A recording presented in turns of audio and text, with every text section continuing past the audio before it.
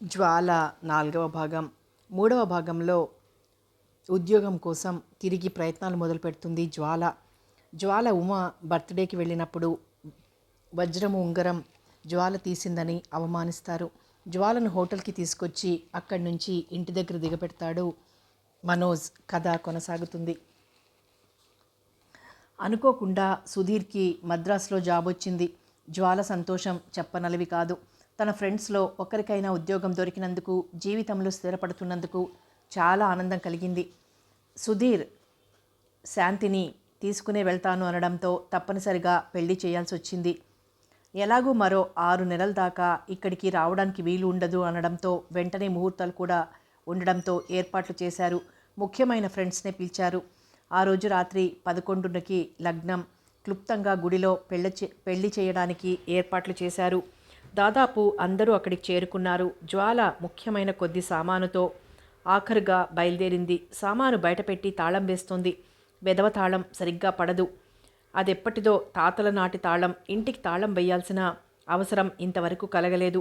అందరూ ఒక్కసారిగా బయటికెప్పుడు వెళ్ళలేదు. ఎంత గట్టిగా వేస్తున్నా పడి చావడం లేదు. విసుగ్గా అలాగే వేస్తుండగా వెనక నుండెవరో ఆ పని పూర్తి చేశారు. జ్వాల ఆశ్చర్యంగా వెనక్కి తిరిగి చూసింది. మీరా, ఇదిగో తాళం చెవి అందిస్తూ అన్నాడు. జ్వాలకి తాళం తీసి అతన్ని లోపలికి పిలవాలో వద్దో అర్థం కాలేదు. అయినా తను అర్జెంటుగా వెళ్ళాలి. ఎందుకొచ్చాడో ఇప్పుడు. 2-3 రోజుల్లో ఉద్యోగం సంగతి స్వయంగా ఇంటికొచ్చి చెప్తానన్న పెద్ద మనిషి నెల రోజుల తర్వాత హఠాత్తుగా ఊడిపడ్డాడు. అది ఈ సమయంలో. మనోజ్కి జ్వాల ఇవాళెందుకో పూర్తిగా కొత్తగా ఉంది. తెల్లటి వెంకటగిరి చీరకి అక్కడక్కడ జరీపూలు, సన్నటి జరీ బార్డర్, మ్యాచింగ్ బ్లౌజ్, తెల్లటి మెడలో చిన్న నల్లటి పూసల దండ, చెవులకి నల్లపూసల జూకాలతో కొత్తగా అందంగా ఆకర్షణీయంగా ఉంది. ఎప్పుడూ భుజాలు దాటనట్లుండే జడని ఇప్పుడు అల్లకుండా అలాగే వదిలేసింది. తలంటుకున్న నల్లటి జుట్టు, ఎప్పుడూ బొట్టు పెట్టుకోనిది ఇప్పుడు నుదుట చిన్న నల్లటి బొట్టుతో ఫ్యాషన్గా ఉంది. ఇద్దరూ ఎవరి ఆలోచనల్లో వాళ్ళు అలాగే ఇదేం పట్టనట్టుగా నిలబడ్డారు. ఎందుకొచ్చారు? ఏదైనా పనుందా? ఎప్పుడూ విసుగ్గా కోపంగా ఉండే జ్వాల ముఖంలో ఇప్పుడు నవ్వు కొట్టొచ్చినట్లుగా కనిపిస్తోంది. జ్వాల నవ్వు ఇంత బాగుంటుందని ఎప్పుడూ అనుకోలేదు. అసలెప్పుడు ఆ ముఖం కోపంతో దుమదుమలాడ్డం తప్ప నవ్వనేది ఏకోసానా కనిపించదు. అలాంటిది ఈరోజు నవ్వుతుందంటే ఏదో పెద్ద విశేషమే ఉండి ఉంటుంది. ఏంటబ్బా విశేషం? అదీ కాక ఈ సమయంలో తాళం వేయడమేమిటి? ఈ సామానేంటి? మనోజ్ జ్వాల అడిగిన దానికి సమాధానం చెప్పకుండా జ్వాల పక్కనే ఉన్న సామాను వైపు, తను వేసిన తాళం వైపు, జ్వాల వైపు మార్చి మార్చి చూస్తున్నాడు. జ్వాల అదేం పట్టించుకోకుండా తాతల నాటి ట్రంకు పెట్టని కాస్త పెద్దదిగానే ఉంది. దాన్ని అవలీలగా ఓ చేత్తో పట్టుకొని మరో చేత్తో పెద్ద ప్రేమ బుట్టని పట్టుకొని ముందుకు దారి తీస్తున్నది. వెళ్తూ మాట్లాడదాం రండి. ఎక్కడికి వెళ్తున్నావు? ఇల్లు ఖాళీ చేస్తున్నారా? అంత బరువైన సామాన్లు పట్టుకొని కూడా అతి తేలిగ్గా నడుస్తున్న జ్వాల వైపు ఆశ్చర్యంగా చూస్తూ అడిగాడు. కాదు, మా కాంతి పెళ్ళి, నవ్వుతూ అన్నది. కాంత్యా? ఆశ్చర్యంగా అడిగాడు. అదే మా అత్తయ్య కూతురు కాంతి, తెలుసుగా. ఓసారి మీ కారులో డ్రాప్ చేశారు, గుర్తు చేస్తున్నట్లుగా అన్నది. చప్పున ఆ పిల్లెవరో గుర్తుకు రాలేదు. జ్వాల చెప్పిన తర్వాత గుర్తొచ్చింది. ఎక్కడ? జ్వాలతో పాటు నడుస్తూ అడిగాడు. గుడి పేరు చెప్పింది కానీ అదెక్కడుందో తెలియలేదు మనోజ్కి. మరి మమ్మల్ని ఎవరిని పిలవలేదేం? జ్వాల చురుగ్గా చూసింది. తెలిసిన వాళ్ళందరినీ పిలిచేంత ఆర్థిక స్తోమత మాకు లేదు. మనోజ్ చిన్నబుచ్చుకున్నట్లుగా చూశాడు. పోనీ ఇప్పుడు పిలుస్తున్నాను, వస్తారా? చేత్తో రిక్షాని రమ్మని పిలుస్తూ అడిగింది. మనోజ్ సమాధానం కోసం ఎదురు చూడకుండానే రిక్షావాడికి అడ్రస్ చెప్పి ఎంతిమ్మంటాడో అడుగుతోంది. నిజంగా రమ్మంటారా? మనోజ్ ఉత్సాహంగా అడిగాడు. 2 రూపాయలు ఎందుకు? ₹1.50 ఇస్తాను, వస్తావా? చెప్పండి, రమ్మంటారా? రాకపోతే వెళ్ళు. బెదవ రిక్షాలు ఇక్కడే ఉన్నాడని మహాగీర. కాసేపు ఆగితే ఇంకోడు రాడా? వైపు రిక్షా కోసం చూస్తూ అన్నది. డౌరీ ఎంత? చిన్నగా అడిగాడు. ఏంటి అంటున్నారు? ఓ రిక్షావాలా గట్టిగా కేకపెడుతూ అన్నది. మనోజ్ మాట్లాడకుండా జ్వాల బేరం చేస్తున్న రిక్షా వైపు చూస్తూ ఉన్నాడు. వచ్చిన ముగ్గురు బేరం కుదరక పోయారు. జ్వాల విసుగ్గా ట్రంకుపెట్ట మీద దర్జాగా కూర్చుంది. చలికాలమేమో రోడ్డు మీద జనం అంతగా లేరు. అదీగాక 9 దాటింది. అది రద్దీగా ఉండే రోడ్డు కూడా కాదు. అప్పుడప్పుడు ఒకటి అరా రిక్షాలు, ఒకరిద్దరు మనుషులు తప్ప మరే వాహనాలు లేవు. ఆ రిక్షా డబ్బులేవో నాకే ఇవ్వండి, డ్రాప్ చేస్తాను. ఏంటి, మీరు కారులో వచ్చారా? ఏది? ఆశ్చర్యంగా చుట్టూ చూస్తూ అడిగింది. వస్తుంది, రిక్షా కంటే ఎక్కువ ఛార్జీ ఇవ్వాలి మరి. అయితే వద్దులేండి. కొద్దిసేపట్లోనే కారు వచ్చింది. డ్రాప్ చేస్తాను, వస్తారా? పదండి వస్తాను. ఏదో దయతలిచినట్లుగా ముఖం పెట్టింది. ఈసారి చనువుగా మనోజ్ ట్రంకు పెట్టనందుకున్నాడు. బాప్రే, ఎంత బరువుంది! ఈవిడెలా పట్టుకుందో. కారు బయలుదేరాక డ్రైవర్కి దారేటో చెప్పింది. పెళ్ళికొడుకెవరు? కుతూహలంగా అడిగాడు మనోజ్. సుధీర్. విండోలో నుండి చల్లటి గాలి రివ్వున వీస్తుంటే చీరని తలమీదుగా కప్పుకొని అన్నది. గ్లాస్ డోర్ వెయ్యండి, తన వైపుది వేస్తూ అన్నాడు. సుధీర్కి మెడ్రాస్లో జాబ్ వచ్చింది, పెళ్లి కాగానే వెళ్ళిపోతారు, తనే చెప్పింది. అలాగా, గవర్నమెంట్ జాబా? అవును, అనుకోకుండా రికమెండేషన్ ఏదీ లేకుండా వచ్చేసింది, పైగా సెంట్రల్ గవర్నమెంట్ జాబ్, గర్వంగా అన్నది. కొద్దిసేపు ఇద్దరూ మౌనంగా ఉన్నారు. మనోజ్ హఠాత్తుగా జ్వాల చేతిని మృదువుగా తన చేతిలోకి తీసుకున్నాడు. ఇది మీ కారేనని వెదవేషాలు వేస్తే ఊరుకోను, విసురుగా చేయి తీసుకుని కోపంగా అన్నది.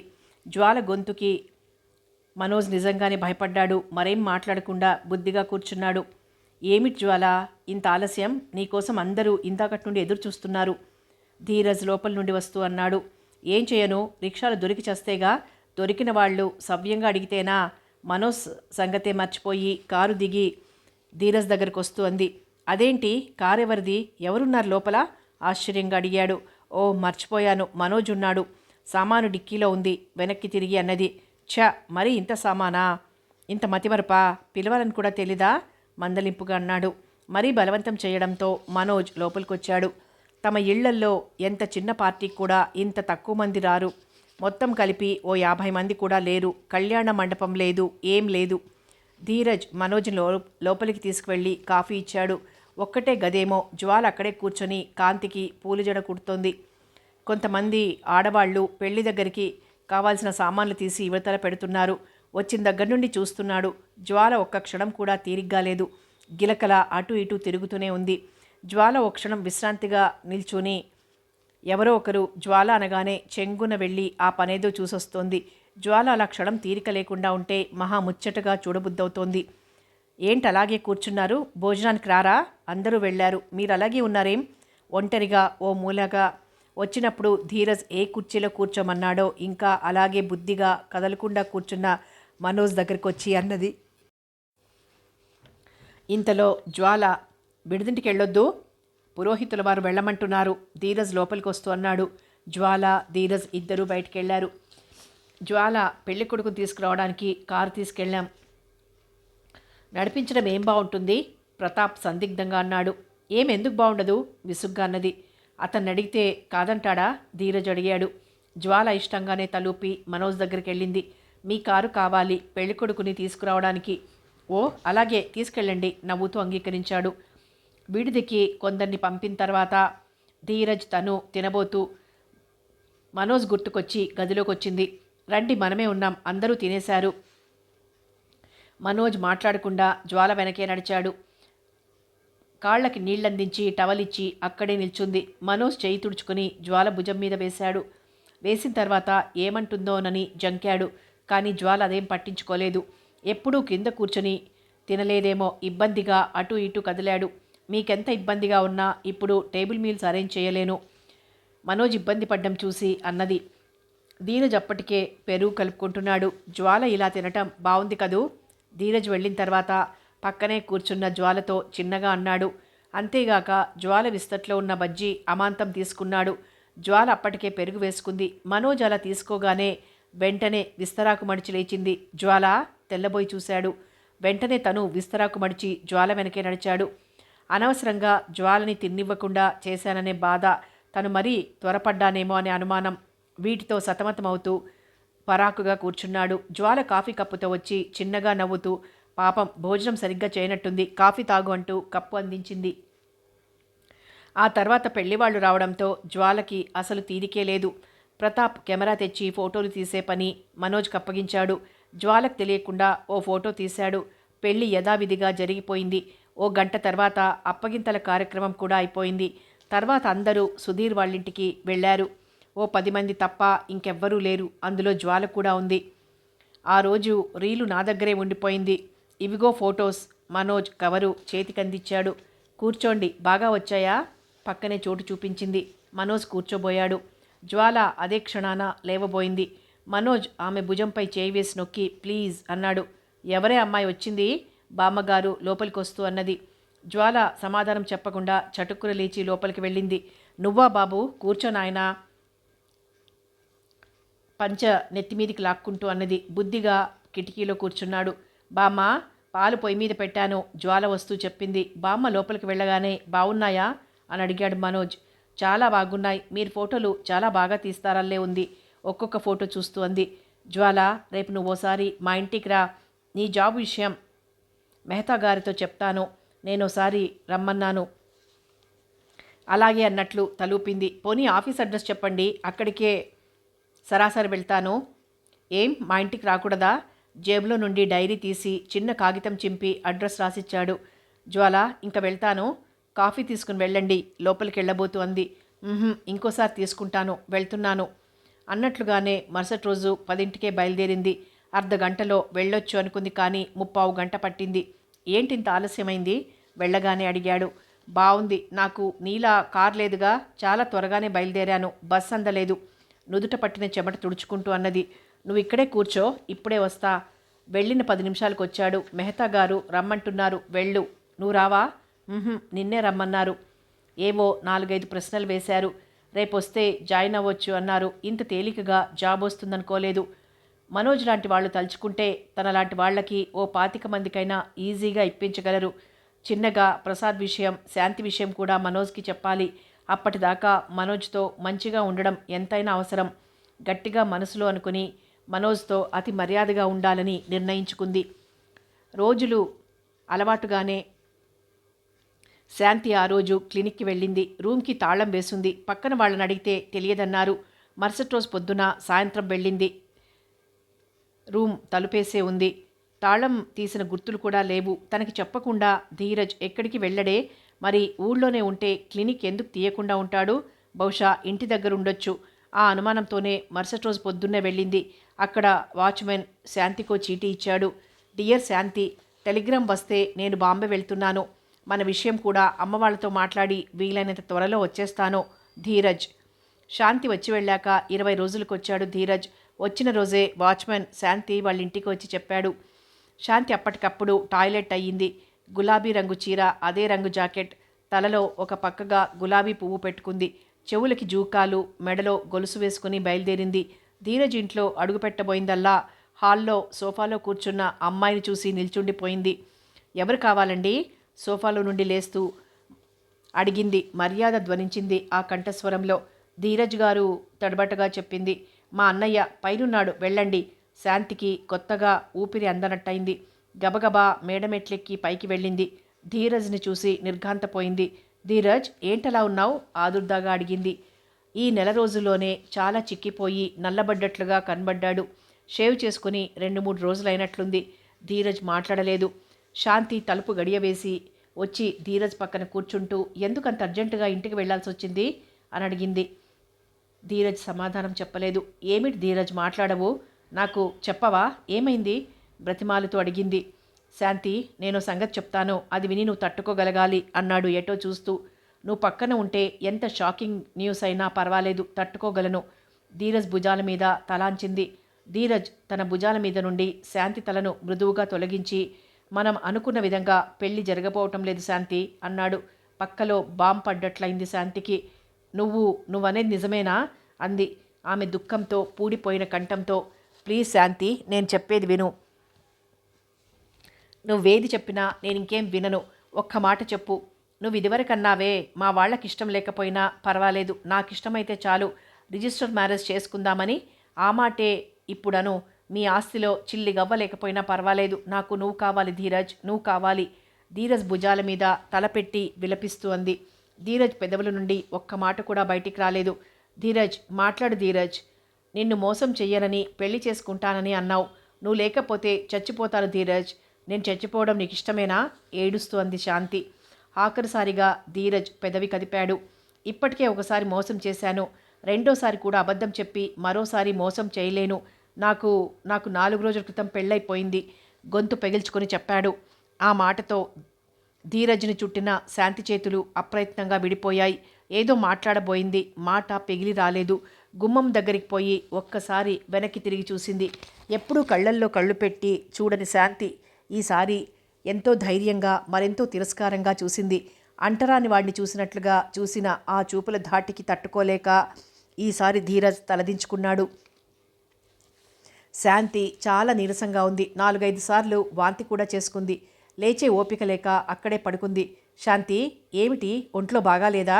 డాక్టర్ని పిలుచుకొస్తానుండు. శాంతి వాళ్ళమ్మ కంగారుగా డాక్టర్ దగ్గరికి బయలుదేరబోయింది. లేని ఓపిక తెచ్చుకొని, ఏం లేదమ్మా, కొంచెం కడుపులో తిప్పింది, అదే తగ్గుతుందిలే అన్నదే గాని తనకి అనుమానంగానే ఉంది. ఇవాళ కాకపోయినా రేపైనా తను గర్భవతి అన్న సంగతి బయటపడేదే. తను ఎంత దాచిపెడితే మాత్రం ఈ సంగతి దాగుతుందా? అమ్మతో చెప్పాలి. ఇంతవరకు తల్లికి చెప్పకుండా తనలో తనే కుమిలిపోతోంది. కానీ ఎన్నాళ్ళు తల్లితో చెప్పకుండా ఉంటుంది? ఆఖరికి తల్లితో చెప్పింది. ఏమిటే నువ్వనేది? నిజమేనా? నమ్మలేనట్లుగా చూసింది. అతనెవరు? ఎవరైతేనేం అతనికి పెళ్ళైపోయింది, నిస్పృహగా అంది శాంతి.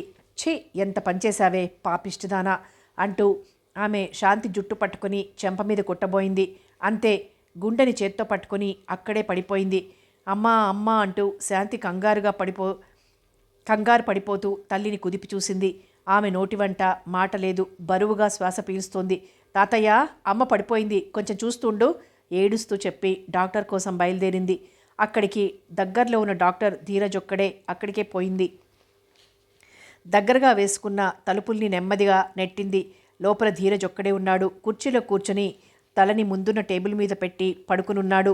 డాక్టర్. ధీరజ్ తలెత్తి శాంతివంక ఆశ్చర్యంగా చూశాడు. డాక్టర్, అమ్మకి గుండెల్లో నొప్పొచ్చింది, అర్జెంటుగా రావాలి అంది శాంతి. ఎలాగో అంతే. ధీరజ్ గబగబా మెడికల్ కిట్ తీసుకొని శాంతి వెంట నడిచాడు. బాబు, పర్వాలేదా? శాంతి తాతగారు ఆదుర్దాగా ప్రశ్నించాడు. పర్వాలేదండి వినయంగా చెప్పి శాంతి ఎక్కడా చుట్టూ చూస్తూ అడిగాడు. గదిలో ఉన్నట్లుంది బాబు. పిచ్చి పిల్ల, గుండె నొప్పనగానే భయపడినట్లుంది, కొంచెం ధైర్యం చెప్పవయ్యా. ధీరజ్ గదిలోకి వెళ్ళాడు. అక్కడే కళ్ళు మూసుకుని తలుపు నానుకొని నిల్చుంది శాంతి. కళ్ళంబడి నీళ్లు చెక్కిళ్ల మీదుగా జారి కింద పడుతున్నాయి. అతి కష్టం మీద ఏడుపు ఆపుకుని లోపలే వెక్కిళ్ళు పడుతోంది శాంతి. ధీరజ్ దగ్గరగా వెళ్ళి పిలిచాడు. ధీరజ్ ఒక్క అంగలో వచ్చి కాళ్ల మీద పడింది. ధీరజ్, నేను నిన్నేమీ కోరను, మా అమ్మను బ్రతికించు ధీరజ్. లోకంలో నాకుంది అమ్మ ఒక్కటే. మీ అమ్మాయిని ప్రేమించింది నేను. పెళ్లి చేసుకుంటానని అమ్మతో చెప్పు. నువ్వు నిజంగా నన్ను పెళ్లి చేసుకోనక్కర్లేదు. కనీసం అమ్మ బ్రతికేందుకైనా అలా చెప్పండి డాక్టర్. ఎంతో దీనంగా తన 2 పాదాలకు అభిషేకం చేస్తున్న శాంతిని చూడలేకపోయాడు. శాంతి, అలాగే చెప్తాను, ముందు నువ్వులే. బలవంతంగా శాంతి భుజాలను పట్టుకుని లేవదీసి మంచం మీద కూర్చోపెడుతూ భారంగా అన్నాడు. ఈ సంగతి తెలిసి చుట్టుపక్కల వాళ్ళు వచ్చారు. అప్పుడే జ్వాల, ప్రతాప్ అందరూ వచ్చారు. ధీరజ్ గారు, జ్వాల బయటికి పిలిచింది. 2 రోజులు గడిచాక గానీ ఏ సంగతి చెప్పలేను జ్వాల. బీపీ సడన్గా రైజ్ అయింది చిన్నగా చెప్పాడు. జ్వాల ఏం మాట్లాడలేదు. మెదలకుండా ఏటో చూస్తూ కూర్చుంది. ఆ రోజంతా శాంతి తల్లికి తెలివి రాలేదు. మగతగా పడుకునుంది. ధీరజ్ మంచం పక్కనే కూర్చుని మాటిమాటికి బీపీ చూస్తూ ఇంజెక్షన్స్ ఇస్తున్నాడు. మరుసటి రోజు తెలివి రాకుండానే మరో స్ట్రోక్ వచ్చింది. అంతే, శాంతి తల్లికి కాలం తీరిపోయినట్టయింది. ముసలాయన పోతాడనుకున్నాం, కానీ ఈమె ఇంత త్వరగా పోతుందనుకోలేదు. ఇరుగు పొరుగు వాళ్ళు అనుకుంటున్నారు. శాంతి ఏడ్చి అలానే శూన్యంలోకి చూస్తూ ఉండిపోయింది. ధీరజ్ గారు, ఒకసారి లోస్తారా? కొంచెం దూరంగా ఉన్న ప్రతాప్ పిలిచాడు. ఏమిటి, ఇంకా ఆ ఏర్పాట్లన్నీ చూడొద్దు? శవాన్ని దహనం చేసి వచ్చేసరికి దాదాపు 12 గంటలు దాటింది. ప్రతాపే చిటికిని ఇప్పంటించాడు. జ్వాల వంట చేసి అందరికీ వడ్డించింది. ధీరజ్ కూడా మధ్యాహ్నం వరకు అక్కడే ఉండి వెళ్ళేటప్పుడు జ్వాలకు చెప్పి వెళ్ళాడు. కోడలి చావుతో శాంతి తాతగారు మంచం పట్టారు. అందుకని ధీరజ్ తప్పనిసరిగా రోజూ వచ్చేవాడు. గంటన్నరో ఆయన మంచం దగ్గర కూర్చుని ఆ మాట ఈ మాట మాట్లాడేవాడు. ధీరజ్ వచ్చే వేళకి ముందే లోపలుండేది. ధీరజ్ ఏమైనా మందులు రాసిస్తే ఆ చీటీని అక్కడ పెట్టి వెళ్ళిపోయేవాడు. తర్వాత నెమ్మదిగా వచ్చి ఆ చీటీ తీసుకుని మందులు తెచ్చేది. ఆ రోజు ధీరజ్ రోజు కన్నా 2 గంటల ముందరే వచ్చాడు. శాంతి తాతగారి మంచం దగ్గరే కూర్చుని ఏదో చదివి వినిపిస్తోంది. అతన్ని చూడగానే లోపలికి వెళ్ళిపోయింది. వేసుకోమన్న టాబ్లెట్ వేసుకున్నారా? ఇంజెక్షన్ ఇస్తూ అడిగాడు. ఏం టాబ్లెట్సో బాబు, ఎలాగో పోయే ప్రాణమే. నా మీద నాకెప్పుడు దిగుల్లేదు బాబు. శాంతిని చూస్తుంటేనే కడుపు తరుక్కుపోతోంది. పెళ్లి చేసుకుని పిల్లా పాపలతో కళకళలాడుతూ ఉండాల్సింది ఇలా దిక్కులేందైంది. నేను ఇంకెన్నాళ్ళుంటాను బాబు, ఇవాళో రేపో పోయేవాడినే. దాని పెళ్ళి వాళ్ళమ్మ ఎలాగూ చూడలేకపోయి చచ్చిపోయింది. కనీసం నేనున్నప్పుడే అయినా దానికి ఆ గీత రాసిపెట్టుందో లేదో. ధీరజ్ మాట్లాడకుండా ఊరుకున్నాడు. బాబు, నీ ఎరుకలో ఎవరైనా మంచి కుర్రాళ్ళుంటే చూడు. బుద్ధి మంచిదై ఏవో 4 రాళ్ళు సంపాదించుకుంటే చాలు. పెద్ద పెద్ద సంబంధాలు చూడడానికి దానికి తగ్గట్టుగా మనం కట్నం ఇవ్వలేముగా. ఏం బాబు, ఎవరైనా ఉన్నారా? ఉన్నారండి. ఈసారి వచ్చినప్పుడు వాళ్ళని తీసుకొచ్చి నాకు శాంతికి చూపించు. ఆ అబ్బాయికి కూడా నచ్చితే మిగతా సంగతులు తర్వాత మాట్లాడుకుందాం. ఏమంటావు? అలాగేనండి, 2-3 రోజుల్లో తీసుకురావడానికి ప్రయత్నిస్తాను. వెళ్ళొస్తానండి. కొంచెం కాఫీ తీసుకుని వెళ్దూ గాని. అమ్మాయి శాంతి, డాక్టర్ గారికి కొంచెం కాఫీ తీసుకురామ్మా. లోపలికి చూస్తూ కేక పెట్టాడు. ధీరజ్ 2-3 నిమిషాలున్నాడు. కాఫీ వంకతోనైనా శాంతితో మాట్లాడదామని. వచ్చే సూచనలు లేకపోయేసరికి బ్యాగ్ తీసుకుని గబగబా బయటికి దారి తీశాడు. ధీరజ్ మనసులో రమేష్ మెదిలాడు. చదువుకున్నవాడు, అందం కూడా పర్వాలేదు, బాగానే ఉంటాడు. తన మూలంగా శాంతి జీవితం నాశనం కావడానికి వీల్లేదు. తనెలాగైనా జీవించగలడు. కానీ ముందు ముందు జీవితంలో శాంతికి తోడు అవసరం. ఎలాగైనా సరే శాంతి పెళ్లికి ఒప్పించేటట్లు చెయ్యాలి. మనసులో దృఢంగా అనుకుని నిద్రపోయాడు. మరుసటి రోజు ధీరజ్ రమేష్ దగ్గరికి వెళ్ళాడు. రమేష్ చెట్లకి బోదెలు తయారు చేస్తున్నాడు. రమేష్, చేయి కడుక్కొని రా, నీతో మాట్లాడాలి. ఏమిటి? చేతులు టవల్కి తుడుచుకుంటూ పాకలోకి దారితీస్తూ అడిగాడు. అక్కడే మిగతా ఫ్రెండ్స్ 3 కూడా ఉన్నారు. రమేష్, రేపు ఆదివారం ఒకళ్ళింటికి తీసుకెళ్తాను, తప్పకుండా రావాలి అన్నాడు. ఆ మర్నాడు 4 ఫ్రెండ్స్ని తీసుకుని శాంతి వాళ్ళ ఇంటికి తీసుకెళ్లాడు. జ్వాల, శాంతి అక్కడే కుర్చీలో కూర్చొని ఏదో మాట్లాడుకుంటున్నారు. అంతమంది తమింటికి ఎందుకు వచ్చారో తెలియక అర్థం కానట్లు చూసింది శాంతి. శాంతి, ఇతను రమేష్, ఎంఎస్సి, వీడు శంకర్, వీళ్ళు రాము, రవి నాతో పాటే ఎండి చేస్తున్నారు. పరిచయం చేశాడు ధీరజ్. నమస్తే, ఈమె జ్వాల. ఫ్రెండ్స్ 4కి పరిచయం చేశాడు.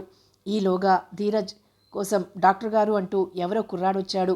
నిజానికి వారందరి మధ్య నుండి అవతలకు వెళ్లేందుకు ఆ కుర్రాడిని ధీరజ్ ఏర్పాటు చేసుకున్నాడు. ఇప్పుడే వస్తానని చెప్పి అతను అక్కడి నుంచి తప్పుకున్నాడు. దారిలో వచ్చేటప్పుడే ధీరజ్ చెప్పాడు శాంతి సంగతి. బ్రదర్స్, ఇప్పుడు మనం వెళ్ళేది శాంతి వాళ్ళ ఇంటికి. కొద్ది రోజుల క్రితమే వాళ్ళ అమ్మగారు చనిపోయారు.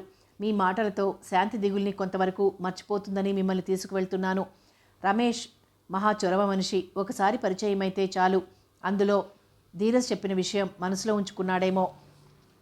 శాంతి మీద తన ప్రజ్ఞ పరంపరతో కవ్వించి నవ్వించి తెగ మాట్లాడించాడు. నిజంగానే శాంతి ఆ కాసేపు బాధను మర్చిపోయింది. 1 గంట గడిచాక ధీరజ్ తిరిగొచ్చాడు. శాంతి అందరికీ కాఫీ ఇచ్చింది. మీరిచ్చిన కాఫీ చాలా బాగుందండి. నిజంగా అమృతంలానే ఉంది. బహుశా పంచదార ఎక్కువగా వేసుంటారు. రమేష్ నవ్వుతూ చూశాడు శాంతి వైపు. అప్పుడప్పుడు వస్తూ ఉండండి, వాళ్ళంతా లేచినప్పుడంది. అబ్బే, ఎప్పుడూ మేమే వస్తే మాకు విలువ ఏముంటుంది? అసలే నిరుద్యోగులం. మీరొస్తేనే మళ్ళీ మేమొచ్చేది. ఆల్ రైట్, మేము ఆదివారం వస్తాం అంది జ్వాల. అలా అయితే 9 రెడీగా ఉండండి, నేను వచ్చి తీసుకెళ్తాను. రమేష్ సెలవు తీసుకుంటూ చెప్పాడు. రమేష్ అన్నట్లుగానే ఆదివారం వచ్చాడు. జ్వాల, ప్రతాప్ అప్పటికే శాంతి వాళ్ళ ఇంటికి వచ్చారు. ప్రతాప్కి రమేష్కి పరిచయం చేసింది జ్వాల. ఇంకా వెళ్దామా? శాంతి రాక కోసం లోపలికి చూస్తూ అన్నాడు రమేష్. పదండి, శాంతి వస్తూనే అన్నది. దాదాపు 3 బస్సులు మారి కాలినడకతో బయలుదేరారు. ఇంకా ఎంత దూరం? అంది జ్వాల నవ్వి. అదిగో దూరంగా కనిపించడం లేదు, అవే మా నివాస స్థలాలు, వేలు పెట్టి చూపెడుతూ అన్నాడు రమేష్. వెళ్ళగానే అందరికీ వేడివేడి కాఫీ ఇచ్చారు. 2 నిట్టాళ్ల పాకే గాని కింద బండలు పరిచి అతి శుభ్రంగా ఉంది. దాదాపు డజను కుర్చీలు, 4 టీపాయిలు ఉన్నాయి. అతి ప్రశాంతంగా ఉంది. సిటీ హోరుకి అలవాటైన వాళ్ళు అక్కడ ఓ నిమిషం కూడా ఉండలేరు. వాళ్ళు అక్కడ ఎందుకున్నారో కూడా అర్థం కాలేదు. టేప్ రికార్డర్లో నుండి హోరెత్తించే సంగీతం తప్ప ఇంకే విధమైన శబ్దాలు లేవు. కానీ ధీరజ్ ఫ్రెండ్స్ మాత్రం వచ్చిన దగ్గర నుండి కొత్త పాత లేకుండా పోటీలు పడ్డట్లుగా మళ్ళీ మాటలు వినడానికి మాకెవరూ దొరకరు అన్నట్లుగా ఒకటే వాగేస్తున్నారు. రమేష్ జ్వాలని, శాంతిని, ప్రతాప్ని తీసుకుని పొలాల వైపు నడిచాడు. ఇవన్నీ మా పొలాలు, ఇటువైపు చూశారా? ఇక్కడంతా ఆకుకూరలు కూరగాయలు వేశారు. అధునాతన పద్ధతుల్లో వ్యవసాయం చేస్తున్నాం. ఈ వైపు పూల తోట ఉంది. పెద్దదేం కాదు గాని చాలా రకాలున్నాయి. పూల తోట వైపు దారి తీస్తూ అన్నాడు. ఇక్కడ కూర్చుందామా? చిన్న నీటి మడుగు దగ్గర ఉన్న బండల వైపు చూపిస్తూ అడిగాడు ప్రతాప్. ఇదంతా మేం కష్టపడి స్వయంగా నిర్మించుకున్న స్వర్గం.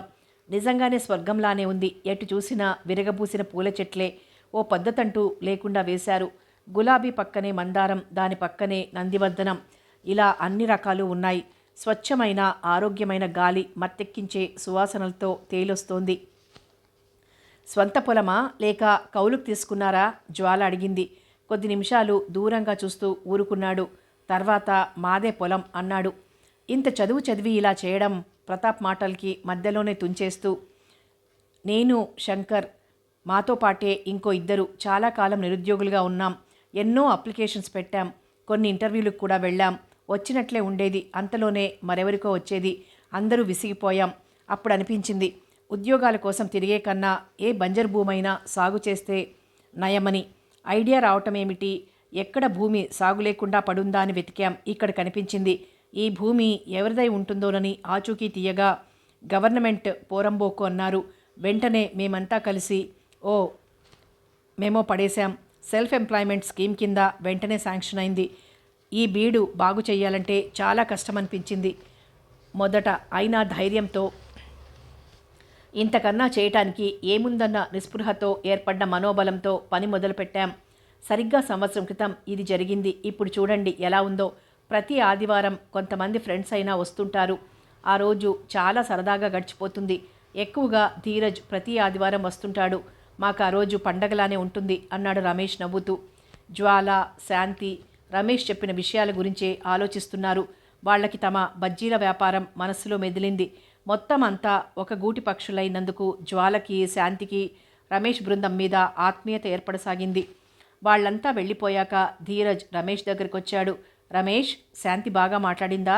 బాగానే మాట్లాడింది. మా సెల్ఫ్ ఎంప్లాయ్మెంట్ ప్లాన్ ఆమెకు ఉత్తేజపరిచినట్టు కనిపించింది అన్నాడు. శాంతిపై రమేష్ అభిప్రాయం అడుగుదామనుకున్నాడు. కానీ ఎందుకైనా మంచిది ముందర శాంతినే అడుగుదామనుకున్నాడు. తర్వాత 4 రోజులకు వెళ్ళాడు శాంతి వాళ్ళింటికి. వంటింట్లోనే ఉన్నట్లుంది. బెరుగ్గానే లోపలికి వెళ్ళాడు. అవతలగా కూర్చొని ఏదో చదువుకుంటున్నదల్లా అడుగుల చప్పుడికి తలెత్తి చూసింది. ఏమిటి? శాంతి కూర్చో, నీతో మాట్లాడాలి తను కూర్చుంటూ అన్నాడు.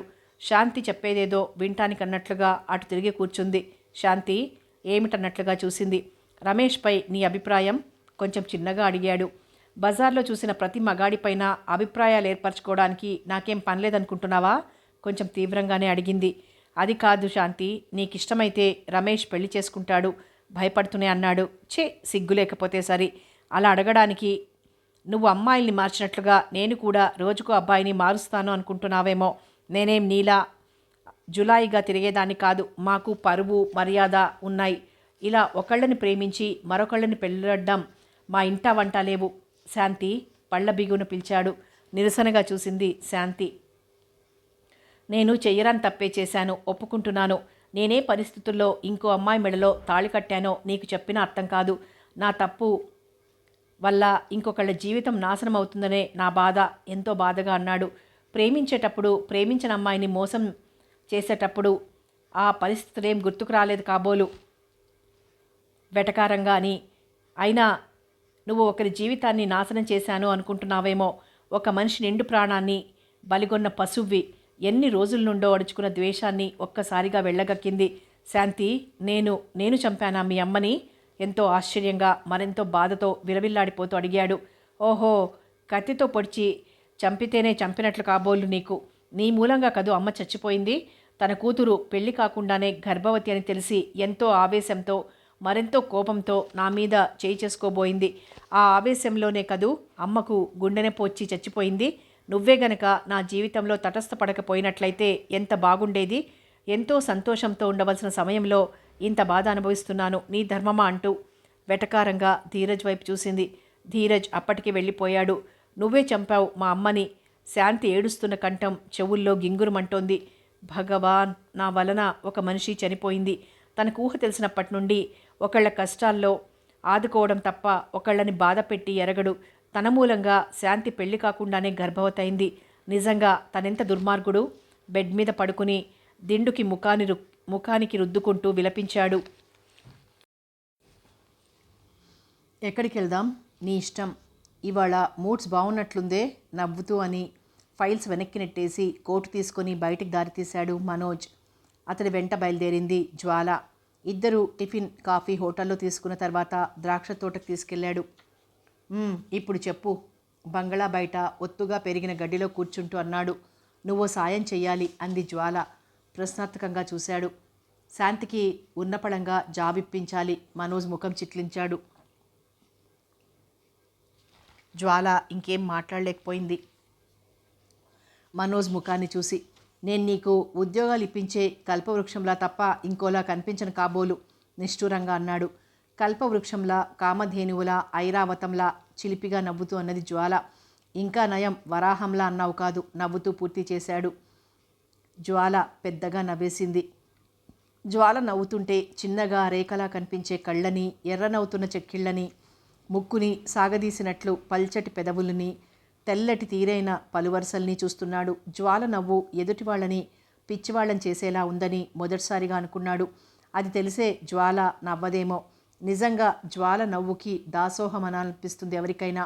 ఎంత అందంగా ఆకర్షణీయంగా ఉంది. అలాగే కళ్ళార్పకుండా తన వైపు చూస్తున్న మనోజ్ని చూసి తెల్లబోయి టక్కున నవ్వాపేసింది. బాగుంది. ఏంటి?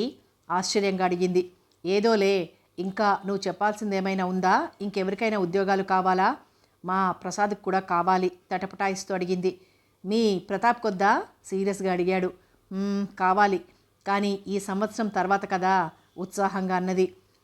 మీ ధీరజ్కో? జ్వాల మళ్ళీ పెద్దగా నవ్వింది. ధీరజ్ మాలా ఉద్యోగం కోసం ఇంకొకరిని అడగాల్సిన పనిలేదు. ఎందుకని? ధీరజ్ వాళ్ళ బంగాళా చూస్తే నువ్విలా అడిగేవాడివి కాదు. నువ్వు నేను ఊహించినంతటి భాగ్యవంతుడతడు. అయితే శాంతికి జాబ్ చేయాల్సిన అవసరం ఏముంది? అంటే నీకు తెలీదా? ధీరజ్ శాంతి 1-2 సార్లు తాజ్లో ఉన్నారు. వారిద్దరూ ప్రేమికులని చాలామందికి తెలుసు. జ్వాల ఆలోచిస్తూ చాలాసేపు మౌనంగా ఉండిపోయింది. ఎంతసేపు చీకట్లో ఉంటారు? లోపలికి రండి. హఠాత్తుగా కిరణ్ కంఠం వినిపించడంతో మరోసారి మనోజ్ ఉలిక్కిపడి చూశాడు. జ్వాల, వెళ్దాంరా చెయ్యి పట్టుకుని లేవదీస్తూ అన్నాడు. జ్వాల యాంత్రికంగా మనోజ్తో నడిచింది. మనోజ్ అన్నదానికి తన ఊహని జోడిస్తూ తేలిగ్గానే ఆన్సర్ వచ్చింది. కానీ ధీరజ్ లాంటి కోటీశ్వరుడి ఏకైక పుత్రుడు శాంతిని చేసుకుంటాడు అంటే అనుమానమే. కానీ ధీరజ్లో ధనంతో వచ్చే అహంకారపు ఛాయలేవీ లేవు. చాలా మామూలుగా అతి తేలిగ్గా తమలో కలిసిపోయాడు. అంత మాత్రాన ధీరజ్ శాంతిని చేసుకుంటాడా? వీళ్ళిద్దరి పరిచయం ఎంత దూరం వెళ్ళిందో ఒక్కసారన్నా ఇద్దరూ తనతో అనలేదు. శాంత అయినా తనతో ఎందుకనలేదో. Welcome mister and misses Manoj, Ravi ఆహ్వానించాడు. మనోజ్ కంగారుగా జ్వాలను చూశాడు. జ్వాల విన్నట్లుగా లేదు. బ్రతికిపోయాను, లేకపోతే ఎంత హంగామా చేసేదో. మనో, కమాన్. అప్పటికే సిప్ చేస్తున్న వాళ్ళు పిలిచారు. మనోజ్ అంతమంది ఎక్కడికి ఎలా వచ్చారో అర్థం కాలేదు. తనకు తెలియకుండా ఏదైనా పార్టీ అరేంజ్ చేసుకున్నారా? తనకు తెలియకుండా ఎందుకు చేస్తారు? అసలు తనిక్కడున్నట్లు వీళ్ళకి ఎలా తెలుసు? జ్వాలతో పాటు తననే ఫూల్ చేసేలా ఉన్నారు. జ్వాల, ఇక్కడ నువ్వేది టేస్ట్ చేయకు, మనోజ్ జ్వాల చెవిలో గొణిగినట్లుగా అన్నాడు. జ్వాల అర్థం కాని దానిలా చూసింది. మనోజ్ వెంటే నడిచి అతని పక్కనే కూర్చుంది. ఇక్కడ పార్టీ ఉన్నట్లు నాకు చెప్పలేదేం? చిన్నగా అడిగింది. ఏ సందర్భంగా ఇస్తున్నారు? అప్పటికి మనోజ్ మాట్లాడకపోవడంతో వింతగా చూసింది. తనెలా ఆశ్చర్యపోతుందా? మనోజ్ ముఖంలో కూడా అంతే ఆశ్చర్యం కొట్టొచ్చినట్లుగా కనిపిస్తోంది. సున్నితమైన సంగీతంతో పాటు గ్లాసుల గలగలలు మృదుమధురంగా వినిపిస్తున్నాయి. సర్వర్ వాళ్ల ముందు కూడా గ్లాసులతో పాటు మిగతా సరంజామా అంతా పెట్టి వెళ్ళాడు. మౌనంగా మనోజ్ గ్లాసుల్లోకి వంచి ఐస్ క్యూబ్స్ వేశాడు. జ్వాల గ్లాసుని చేతిలోకి తీసుకుని దానివైపు దీర్ఘంగా చూసింది. అందంగా ఉన్న నీలం గ్లాసు, దానిలో తేనె రంగు ద్రవం మీద నిశ్చలంగా తేలుతున్న ఐసు ముక్క. అందరూ అంటే తాగేవాళ్ళెప్పుడూ అంత దీర్ఘంగా చూసి ఉండరు. లేకపోతే అంత అందంగా కనిపిస్తున్న దృశ్యాన్ని క్షణంలో ఎలా మాయం చేస్తారు? తనకైతే ఎంచక్క ఐసు ముక్క ఒకటి కరిగిపోగానే ఇంకొకటి వేస్తూ అలాగే చూడాలనిపిస్తుంది. జ్వాల, కమాన్ హ్యావ్ ఇట్. కిరణ్ అతి మర్యాదగా టేబుల్ దగ్గరకు వచ్చి అన్నాడు. తలెత్తి సూటిగా అతని వైపు చూసింది. జ్వాల, ఇప్పటి నుండే ఇలాంటివి అలవాటు చేసుకోవాలి. ముందు ముందు చాలా ఉపయోగం. రవి ఈ వైపుకొచ్చి అన్నాడు. చిత్రంగా ఇద్దరినీ మార్చి మార్చి చూసింది. ఇవాళ మీరు టేస్ట్ చేయాలి తప్పదు నవ్వుతూ అన్నాడు కిరణ్. జ్వాల మనోజ్ వైపు చూసింది. మనోజ్ నిస్సహాయంగా చూశాడు. అంతమంది ముందు తనేం చెప్పగలడు? చెప్తే మాత్రం ఏం బాగుంటుంది? జ్వాల నోట్లో బలవంతంగా పోశాడు కిరణ్. ఇలాంటివి అక్కడున్న వాళ్ళెవరికీ కొత్త కాదు. కానీ ఇలాగెప్పుడో కానీ జరగదు. జరిగినప్పుడు మాత్రం అందరూ ఉత్సాహంగా కొత్తగా టేస్ట్ చేసిన వాళ్ళ ముఖంలో వచ్చే భావతరంగాల్ని ఆసక్తిగా చూస్తూ ఉంటారు. ఇప్పుడు అలాగే చేశారు. ఎలా ఉంది, బావుందా? జ్వాల మాట్లాడలేదు కానీ గ్లాస్లో ఉన్నదాన్ని నెమ్మదిగా సిప్ చేస్తూ కూర్చుంది. కొద్ది క్షణాల్లో హాల్లో హోరెత్తించే సంగీతంతో పాటు కేకలు, ఈలలు, డ్యాన్సులు. ఓహ్, ఒకటేమిటి, అన్నీ కలగలుపుగా ఉన్నాయి. జ్వాల, వెళ్దామా? నెమ్మదిగా అడిగాడు. జ్వాల తొలుపడంతో లేచి చెయ్యందించాడు. మనో, కోపంగా అరిచాడు రవి. కిరణ్ జ్వాల చేతిని గట్టిగా పట్టుకొని మనోజ్ చేతిని విదిలించాడు. రవి తెల్లబోయి చూశాడు. నీకు ఛాన్స్ ఇస్తాంలే, రాకేష్ హేళనగా నవ్వుతూ అన్నాడు. ఒక్క క్షణంలో పరిస్థితి అర్థం చేసుకున్నాడు. అంతే, జ్వాలని 2 చేతులతో ఎత్తి బయటికి పరిగెత్తాడు. అనుకోని ఈ సంఘటనకి తెల్లబోయారు. వెంటనే తమాయించుకుని కిందికి వేలాడుతున్న జ్వాల పైట చెంగుని పట్టుకున్నాడు రవి. మనోజ్ అదేం పట్టించుకోకుండా పరిగెత్తడంతో రవి వెనకనే అలా చీర పట్టుకునే వచ్చాడు. రవి వదిలై చూసిన తర్వాత గట్టిగా అరిచాడు మనోజ్. రవి వదలకపోవడంతో జ్వాలని భుజం మీదకి మార్చుకొని మరో చేత్తో చీరని గట్టిగా లాగాడు. అలా చేస్తాడు అనుకోకపోవడంతో రవి చీరతో పాటు విసురుగా ముందుకు పడ్డాడు. కిరణ్, రాకేష్ మనోజ్కి ఇరువైపులా వచ్చారు. మనోజ్, అనవసరంగా దెబ్బలాట చేయకు, జ్వాలని వదిలేయి, కావాలంటే నీకు ఫస్ట్ ప్రిఫరెన్స్ ఇస్తాం. రాకేష్ మనోజ్ భుజం పట్టుకుని తీవ్రంగా అన్నాడు. జ్వాల తెలిసి తెలియని చేతనావస్థలో ఉంది. కడుపులో ఏదో వికారంగా మత్తుగా కళ్ళు మూసుకోవాలనిపిస్తోంది. మను, జ్వాలని అవమానించడం కోసం మనం ఎంత ఎదురు చూసాం గుర్తుందా? హేళనగా అడిగాడు రవి. రవి, జ్వాల మామూలుగా ఉంటే మీ ముగ్గురు అలా చేసినా నేనేం కల్పించుకోను. జ్వాలకిలా తాగించి అవమానమంటూ అసహ్యంగా మాట్లాడితే నేను ఊరుకోను. ఐఎమ్ వెరీ సారీ, నేను మీతో కలవలేను, నిర్మోహమాటంగా అన్నాడు. కిరణ్ ఇంకా మాటలు అనవసరం అన్నట్లు జ్వాలని కిందికి లాగాడు. మనోజ్ కోపంగా కిరణ్ మీదకి లంఘించాడు. ఓ చేత్తో జ్వాలని గట్టిగా పడిపోకుండా పట్టుకొని మరో చేత్తో దెబ్బలాటకు సిద్ధమయ్యాడు. జ్వాల, ప్లీజ్ మెలకువ తెచ్చుకో, అనునయంగా బలవంతంగా కళ్ళు తెరవాలని ప్రయత్నిస్తున్న జ్వాలతో అన్నాడు. మనోజ్ విసురుగా జ్వాల చెంపలు వాయించాడు. వాళ్ల దెబ్బలాటలో జ్వాలకి అప్పుడప్పుడు బలంగా దెబ్బలు తగులుతూనే ఉన్నాయి. ఒక్కసారిగా బాగా మెలకువ తెచ్చుకొని చూసింది. జ్వాల, ప్లీజ్ హెల్ప్ మీ. మనోజ్ ఓవైపు వాళ్ల దెబ్బలు కాచుకుంటూనే జ్వాలతో అన్నాడు. జ్వాల మనోజ్ చేతిని విదిలించుకొని సరిగ్గా నించుంది. ఒకవైపు వాళ్ళు ముగ్గురు, రెండో వైపు మనోజ్. చుట్టూ ఫ్రీ ఫైటింగ్. మ్యాచ్ను చూడ్డానికి చాలామంది ఉత్సాహంగా చూస్తూ నిల్చున్నారే తప్ప ఎవ్వరూ విడదీసే ప్రయత్నం చేయడం లేదు.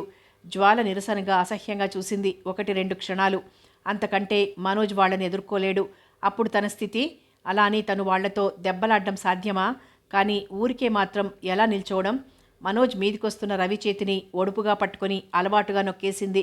రవి రెండో చేత్తో విదిలించుకోపోయాడు. ఆ చేతిని కూడా రెండో చేత్తో పట్టుకొని గట్టిగా గిలగిలా కొట్టుకునేలా నొక్కేసింది. మనోజ్ సంతోషంగా చూసి రవి ముఖం మీద బలంగా చరిచి మీదికొస్తున్న కిరణ్ మీదికి నెట్టాడు. జ్వాల, మనం ఓడిపోతాం, వీలైనంత త్వరగా ముందుకు పరిగెత్తు, చిన్నగా అన్నాడు. రెట్టించిన కోపంతో కిరణ్ ఒక్కసారిగా జ్వాల మీదికొచ్చాడు. జ్వాల ఆపుకోలేక వెనక్కి పడిపోయింది. కెవ్వుమనే కేక ప్రతిధ్వనించింది. నలుగురు ఒక్క క్షణం అచేతనంగా నిలబడ్డారు. జ్వాల, ఏమైంది? మనో ఆదుర్దాగా జ్వాల మీద కొంగి అడిగాడు. వాళ్ళకెవ్వరికీ ఏ అవకాశం ఇవ్వకుండా జ్వాలని లేపి, జ్వాల త్వరలో మిసెస్ మనోజ్ కాబోతోంది, అనవసరంగా నాకడ్డు రావద్దు, ఈ పొట్లాట చాలా దూరం పోతుంది, మీరు అడ్డుపడ్డారంటే, విసురుగా అని జ్వాలని బలవంతంగా ముందుకు తీసుకెళ్లాడు. అందరూ ఆశ్చర్యంగా చూశారు. బజ్జీలమ్మే ఈ బజారు పిల్ల మనోజ్ భార్య. మనోజ్కి మతిగాని చలించలేదు కదా? రవి తన ప్రయత్నంగా జ్వాలనేదో అవమానించాలని మిసెస్ మనోజ్ అంటూ ఆహ్వానించాడు. కానీ ఇలా మనోజ్ అంటాడని కల్లో కూడా ఊహించలేకపోయాడు. రాకేష్ కోపంగా జ్వాలని తినేసేలా చూశాడు. జ్వాల వీటన్నింటికీ దూరంగా స్పృహలేని స్థితిలో ఉంది. ఆ తర్వాత మనోజ్కెవరూ అడ్డు రాలేదు. జ్వాల, కారులో పదిలంగా పడుకోబెట్టి చిన్నగా పిలిచాడు. జ్వాల నుండి సమాధానం రాలేదు. చీర సరిగ్గా కప్పి పక్కనే కూర్చొని స్టార్ట్ చేశాడు. దారిలో 1-2 సార్లు పిలిచినా పలకలేదు.